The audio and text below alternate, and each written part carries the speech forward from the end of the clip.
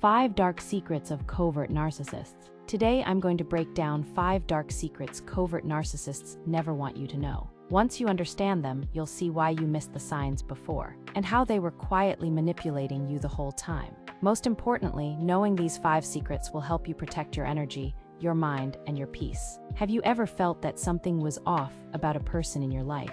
On the surface, they seem polite, shy, even humble, but their behavior just doesn't add up. Maybe they constantly create drama, yet somehow always play the victim, and make you feel like the guilty one. To everyone else they look perfect, kind, well-mannered, such a good person. But the moment you try to set a boundary or point out something real, they drag you into emotional chaos, and suddenly you're the problem. If you ever felt like that, trust yourself. You're not imagining it, you're not overreacting, and you're definitely not crazy. What is a covert narcissist really like? Imagine you're looking for a house online. In the photos it's perfect. Elegant furniture, tasteful art, perfect lighting. But then you show up in person, and you realize it was all an illusion. The art was printed from the internet. The frames are cheap plastic. The furniture looks expensive, but it's flimsy. The paint falls off when you touch the wall. The doors don't close right. And underneath it all, there's this faint smell of rot. What looked flawless online is a mess in real life. Ever had that happen to you? You rent something that looks amazing in photos, and in real life it's just sad and falling apart. That's exactly what a covert narcissist is. A house with perfect photos and a broken interior. They put so much effort into looking stable, kind, confident. But behind that mask is a shaky foundation they're desperately trying to hide. So, secret number 1. They are deeply insecure. A covert narcissist plays the victim, so people feel sorry for them and excuse their behavior. They need constant validation and praise. If they don't get admiration, they start boosting themselves by putting others down, including you. Why do they do that? Because deep inside they feel like nothing. Like that beautiful house that's actually falling apart inside. To feel alive and important, they need a constant supply of ego fuel. Your admiration, your pain, your emotional reaction. That's their oxygen. That's how they survive. And yes, even though covert narcissists act humble, shy, or sweet, they still crave power, control, and endless admiration. Over time, they make you feel small, dull, and dependent on their approval. Meanwhile, they rise higher, only because they're standing on top of you. Their self-worth isn't real. It comes entirely from the outside world. And guess who the main source is? You. No matter how much they dragged you down, no matter how many times they told you, you're nothing without them. The truth is the opposite. They're the ones who are nothing without you.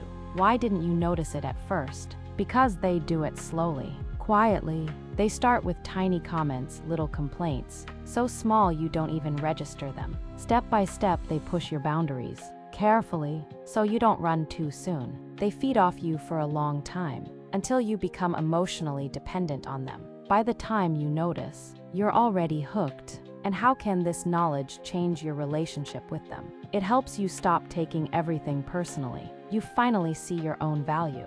You realize the negative things they said were never about you. They were talking about themselves. A narcissist doesn't choose someone weak.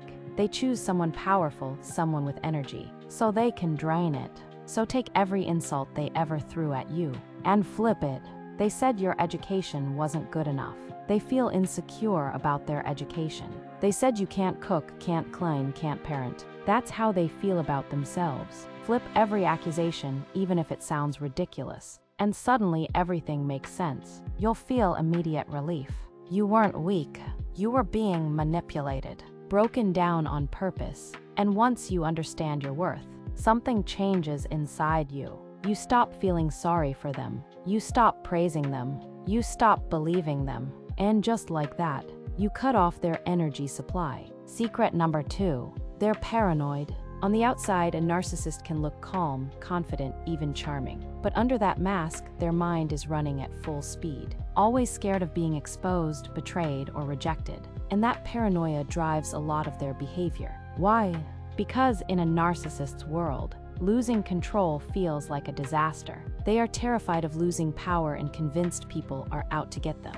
A narcissist accuses others of the very things they do. That's projection, like a thief who always thinks everyone else is trying to steal from them. This fear fuels constant suspicion, little tests, mind games, and even sabotage, just to keep you under control. Their need for control doesn't come from strength. It comes from fear, and that fear creates manipulation, including gaslighting. For a narcissist, relationships are a transaction. So no matter how much love you give, real closeness never comes. Because what looks like love is control and fear hiding underneath. They're scared you'll figure this out. So they spy, they monitor, they plant doubt, while pretending to be calm and confident. Tell me if this sounds familiar. You start to feel like you're losing your mind. They blame you for things you never did, while doing the exact things they accuse you of.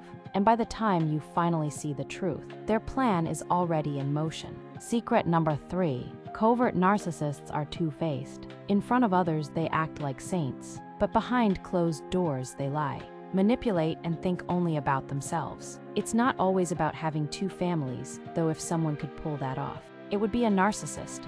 Usually it means their mask and their real face are two completely different worlds. When I heard a narcissist say, "Now you finally see the real me," I couldn't believe it. I couldn't believe I lived all this time with someone completely different. For me, life split into before and after. I thought I knew this person, but behind them was someone I never met before. Covert narcissists look sweet, friendly, and loved by everyone. They avoid public conflict, please people, act humble. But behind that image, there is darkness. Every gift during the love bombing phase is an investment. Later, they will take it back from you, triple. Their hidden addictions, cheating, lying, secret lives. Anything to protect the perfect image they show others. That's why they lie and manipulate. Image is everything to them. Expose them and they fall apart. But instead of admitting the truth, they keep lying. They will try to destroy your reputation. They will project everything on you. They will call you the liar, the fake, the paranoid one, anyone but them. They do the same things they judge others for. They shame cheating while they cheat. It's not just hypocrisy. It's a way to dump their guilt onto someone else. Red flag. If your partner says things like, "Everyone cheats," "Cheating is normal," or if it's only physical, it doesn't count. Know this, they will cheat on you in the future. And after they cheat, even if you catch them, they will not call it cheating. They'll avoid the topic, dodge questions, change words. They may even refuse to say their lover's name and call them someone else. Because cheating is shame for them and shame kills their image. They know they cheated, they know it's bad. And that's why they want you to stay silent. Secret number 4. They are consumed by anger. Yes, on the outside they can look sweet, sensitive, even gentle. But inside there is constant anger. Sometimes quiet, sometimes boiling under the surface. While a grandiose narcissist explodes openly, a covert one hides it behind calm and a poor me victim face. And that's why it's so easy to miss the truth. Behind that calm there is irritation, jealousy, resentment, bitterness, and anger. You probably felt it before. Nothing obvious happened, everything seemed fine. But inside you felt tension, irritation, and discomfort. Empaths feel it even physically, like buzzing in the ears, pressure in the chest, or an uneasy feeling in the body. Their anger is the source of their passive aggression and their need to control others. The stronger their anger, the more they blame you for what they can't face inside themselves. And if you're someone who fights instead of running, someone who wants to understand, find the truth, solve the problem, you can easily start believing the problem is you. That doesn't make you weak. It doesn't make you stupid. Even the smartest people fall into this trap. It's the result of slow psychological conditioning. They never let go of the past. They do not forgive. They collect every slight, every tiny offense, until they explode. And then you stand there confused, because it all happened over nothing. But for them, it wasn't nothing. It was another chance to pull you into emotions, maybe make you cry, drink your energy, feed their inner demon, and calm down until the next blow-up, which they will create again. It's like a volcano. It can stay quiet for a long time, but the fire is always there. If everything goes their way, the volcano sleeps. But if something doesn't, eruption. They are not sincere. Their yes does not mean yes. Their no does not mean no. And they don't want you to guess what they actually want, because if you do, there is no reason for chaos. And they need chaos. They use anger as a tool, sometimes loud anger to scare you. sometimes silent treatment to make you chase them. But that's not love. That's control. Their anger is a weapon, and they pray you never figure it out. Secret number 5. They are psychological demons. They act like beings that feed on your energy, and that energy leaves you the moment you lose connection with yourself. Their power grows when they take space in your mind, when you let them live inside your thoughts, and you start feeding them with your emotions. What do they feed on? On your fear when you're afraid to lose them, on your pride when you try to prove you're not worse, on every attempt to be perfect, to be good enough to be convenient, your admiration and attention. That is their oxygen, your doubts, anxiety, and insecurity. That is how they control you. And for dessert, your guilt and emotional reactions. They turn you into a mirror where only their greatness exists. And while you lose connection with yourself, you start apologizing, explaining yourself, trying harder, living so they don't abandon you. Every time you betray yourself, you give them another piece of your soul. But here is the truth. They don't die when you leave. They die when you stop being afraid, when you stop proving yourself, when you stop trying to be perfect and pleasing, when you allow yourself to live real and free without their approval. That's the moment you stop being a victim. That's the moment you stop feeding the monster. And it collapses because its food was always you. If you look deeper, this isn't just psychological abuse. It's energy parasitism. No coincidence people say energy vampires. You know the feeling. You talk to someone for 2 hours, and then you feel empty, heavy, exhausted, as if you worked all day, even though you just sat and had a nice conversation. If you feel drained, heavy, or empty after someone, that's a red flag. That's not just a tough day. It means this person lives on your energy. How many times have you argued with a narcissist over something tiny, and 5 minutes later you're lost, confused, and wondering, how did we end up here? And every time that heavy feeling, tension, anxiety, like something is wrong but you can't name it. That's not an accident. That's a strategy. A narcissist creates chaos so you lose your balance. So you start doubting yourself.